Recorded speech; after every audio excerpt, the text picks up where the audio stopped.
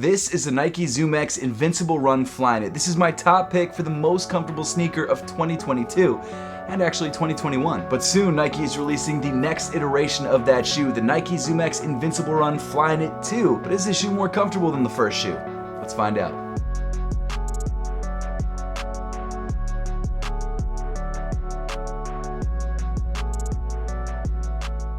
But first, I want to give a huge thank you to the sponsor of today's video, Sole Premise. Sole Premise makes bags specifically designed for your sneakers, and as sneakerheads, we know how difficult it can be to try and jam all your sneakers into the same bag that you're using to carry all your clothes. And this bag in particular is my favorite because it can carry up to 5 pairs of sneakers. 2 pairs in the front, 2 pairs in the back, a laptop sleeve in the middle, and another compartment in the bottom for an extra pair of sneakers and a couple pairs of apothecary socks. You can carry everything in this bag, it's crazy. And one of the things that I love about Sole Premise bags is that they're TSA approved, which means you can actually bring them onto the airplane with you, store them in the overhead compartment instead of having to put them underneath the plane where all your sneakers and your expensive stuff gets jostled around and maybe broken. I don't know how you break sneakers, but it's possible. Bro, come on, bro. Sorry about that, sorry. So if you want to check out Sole Premise for yourself and wear the same bag that NBA players wear, make sure to click the link in the top of the description below and use my code SETH for 40% off your entire purchase.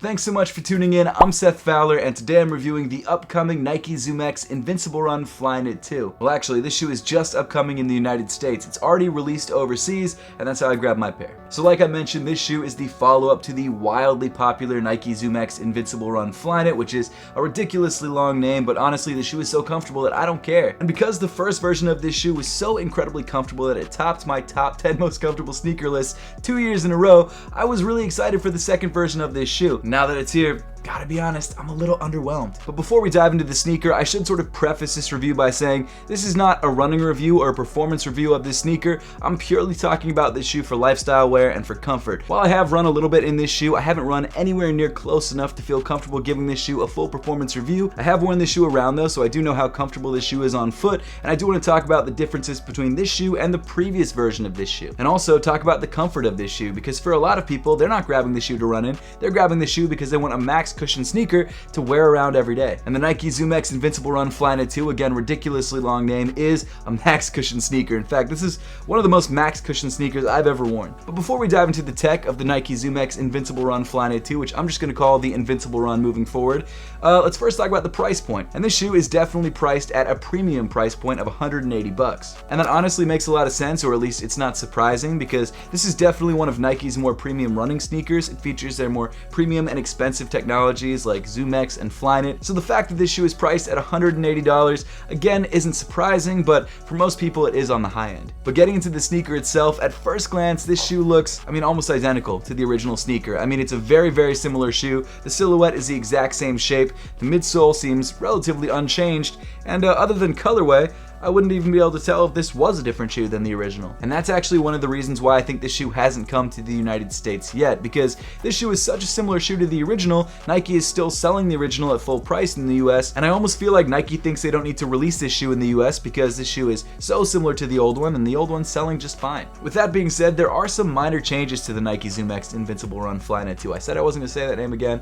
and there I go, I said it. The Flyknit on this shoe is a little bit different. They did change up the way that the Flyknit looks, and apparently also changed up the materials. Now the shoe is made up of a 3 material Flyknit, and not only that, apparently there are 3 different distinct zones of Flyknit on this sneaker that are knit differently from one another so that they serve different purposes. So starting off from the toe of the sneaker, you have this very tightly knit, in this colorway, gray on gray Flyknit. Right off the bat, the first thing that I noticed about the toe of this sneaker is that the Flyknit feels a little bit stiffer than last year's version. And I'm not totally sure if that's because I've just worn last year's version a bunch and it's softened up a bunch, or if they actually did change up the material to make it a little bit stiffer and also provide more structure, which I actually think might be the case. On either side of the toe, you've got these little reflective details, which were also on the original version of the shoe. And then as you continue back on the sneaker, the knit material does change up a little bit just to provide a little bit of added durability around the high wear areas of the sneaker. And then continuing up on the shoe, you do find a couple more changes from the original version of the shoe, albeit minor changes. And the first of those changes are the eyelets of the shoe. They're no longer made up of one piece of fuse overlay that wraps all the way around the tongue of the sneaker. Now they're just individual pieces of fuse overlay. Weaving through those lace eyelets, you now have a new style of lace on the new version of the shoe. The shoe now comes with more standard oval laces rather than flat laces, which according to some Reddit message boards, apparently people were getting mad at. I personally didn't have any problems with the flat laces on the original version version of the shoe, but apparently people prefer the oval laces, so it seems like Nike was listening to runners when it comes to these. And then underneath the laces, you do have a slightly redesigned tongue. Again, it's not that different, but I guess it's a little bit different. The logo's a little bit different. I guess the material on top of the tongue is now knit instead of a sort of neoprene material, which doesn't make that big of a difference because the top of the tongue doesn't really stretch. It's the bottom of the tongue that stretches, and that material is the same. So it doesn't really feel like those changes will have that big of an effect on you actually wearing this shoe. However, one thing that I did notice that I actually did appreciate is that the elastic holding the tongue in place is a little bit bigger than it was in the previous version, and it's a little bit less stretchy, so you do have a slightly more snug fit when you put your foot into the shoe, which I do like. I mean, it's not oppressively snug, but it definitely feels better on my foot than the old version of the shoe, which I didn't think could get any more comfortable. And to be honest, it didn't get that much more comfortable, but we'll get to that a little bit later on in the video. Moving inside the sneaker, you have a gray fabric sock liner, at least on this colorway. And just like on the original version of this shoe, you still have this ridiculous amount of outer padding on the top of the ankle collar, which doesn't make a lot of sense to me. I mean, the padding around the top of the ankle collar is nice. However, there is still an excessive amount of padding on the outside of the ankle collar, which your foot doesn't even come in contact with, so still not sure what that's about, but it's still there. However, unlike the original version of this shoe, which used sort of a neoprene material to cover up the ankle collar, this time around they use a Flyknit material.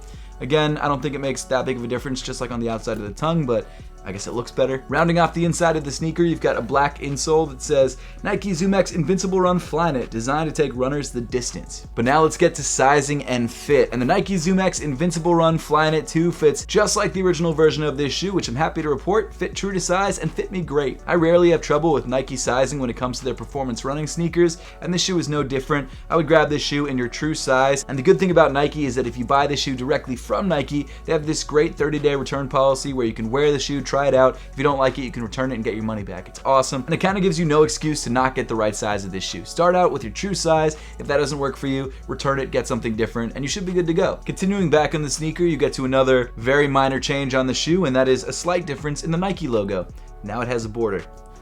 That's about it. Well, okay, I guess there is now an external seam that separates one half of the Flyknit from the other half of the Flyknit. They're slightly different knits of Flyknit, so they do look different. I'll be honest, when I first saw this seam, I was a little bit worried because a lot of times when there's a seam on a shoe, especially on a Flyknit shoe where your foot is just right up against the Flyknit, the seam can end up rubbing. But in this case, it's right where the padding starts, and so your foot doesn't really rub against it that much. I mean, there is an internal seam, which I guess is a different seam altogether. Regardless, it doesn't really cause any problems. I don't mind it, and it looks kind of nice, so there you go. Continuing back towards the heel of the shoe, you do get to probably the biggest difference on the sneaker, and that's this slightly enlarged heel clip. On the original version of this shoe, the heel clip, which is this little blue part right here, was very small and was supposed to provide some heel support and I guess a little bit of heel lockdown. It didn't do that much because it was so small. On the new version of the shoe, it seems like they've extended it up a little bit, and I mean, I guess it does provide a little bit more stability when it comes to the heel, but not incredibly noticeably so, if that makes any sense. Like, I guess I notice it, but that's probably only because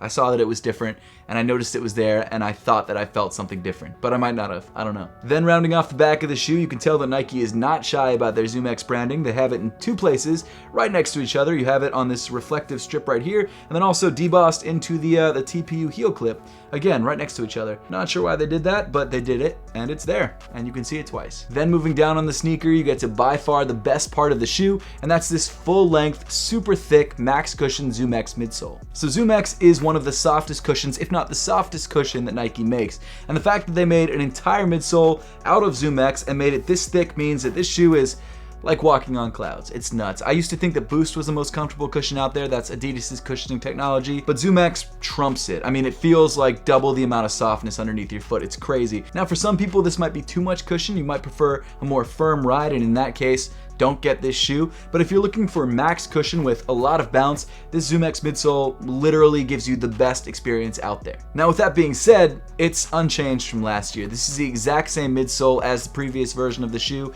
It's just as wide, which I guess is good for stability, although this is still not an incredibly stable shoe because this midsole is so thick and so soft, you can still slide around a little bit in the shoe. But it's the same midsole. If you like the previous version of this shoe, you're gonna love this shoe because it's the same exact thing.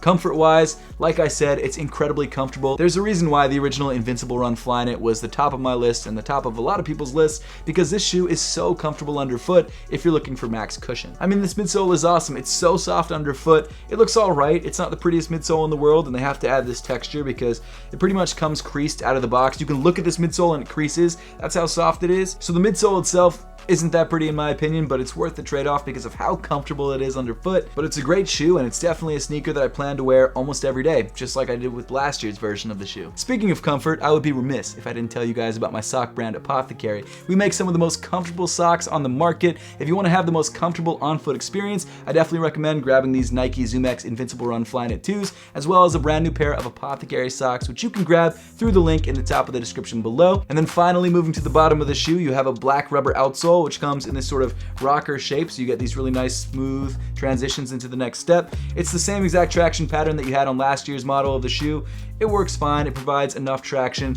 It's not incredible traction, but it's also not bad traction, so I have no complaints there. So overall, is the Nike ZOOMX Invincible Run Flyknit 2 more comfortable than the original? In my opinion, not really, at least not noticeably so. There are some improvements on this shoe, which I guess I do prefer. This heel clip, while not that noticeable, I guess does provide a little bit of extra support. I do like how the Flyknit is a little bit more structured.